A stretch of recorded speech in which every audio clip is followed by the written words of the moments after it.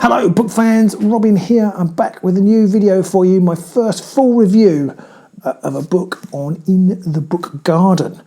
It's Jen Williams' Talonsister, which has been one of my favourite books of the year so far. I have done a full review on GeekDad and I'll put a link to that in the description below. I'm going to just do a quick summary of this book and why it's so great and why you should read it. If you've never read any Jen Williams, she's written the brilliant Ninth Reign series and the my favourite, the Copper Cat series. I really enjoyed those books.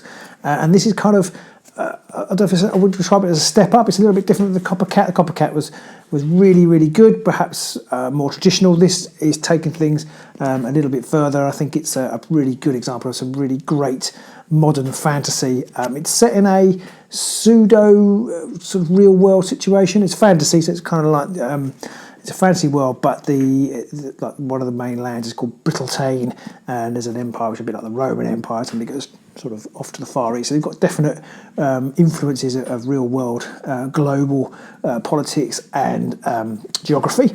And but in the book you've got these griffins. So you can see a griffin there on the cover, and they are the last surviving race of Titans.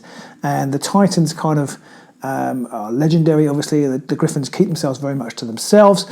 One race, sort of Roman Empire type race, they've managed to use Titan magic to create these fantasy beings called the Heralds. They're almost like angels, and they are magical beings that sort of they can create wings and a weapon of sort of glowing magic, and they're extremely good warriors. Have helped this empire carve its way out across the sort of fictional Europe, if you will. So you should read Talonsister for the amazing world building. The depiction of the world is really great. It all hangs together really nicely. Brittletane has this kind of strong druidic tradition, and so that draws on kind of some sort of British folklore and kind of nature myths, which I really liked.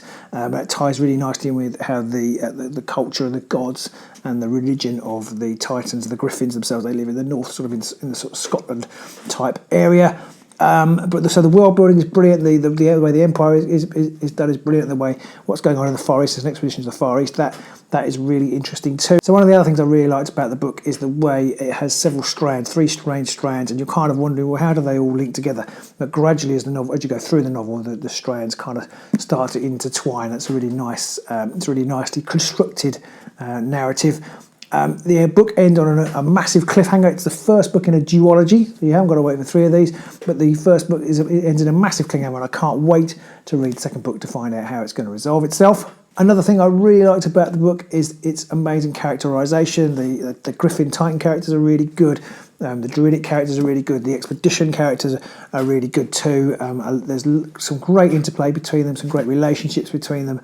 They just feel really real, and like I say, Jen Williams, I think she's one of the best kind of modern fantasy writers. One of my favourite modern fantasy writers. Who really understands how relationships work, as well as writing a really great sort of tight plot with some brilliant action scenes, some sort of I say devilishly good magic, but some devilishly good magic, and it's just an all-round rollicking read. So that is Jen Williams' Talonsister. It's out now. It's from Titan Books, and it came out in September. I think it's only out hardback at the moment. It's $18.99. But do check it out. Thanks for listening to this review. I hope you enjoyed it. If you did, please comment below. Tell me if you've read any other Jen Williams books and what else you should read. She has written some crime books. I've not read any of those. But yeah, this is my first full review. I hope you enjoyed it, and I hope I see you soon somewhere in the book garden. Bye.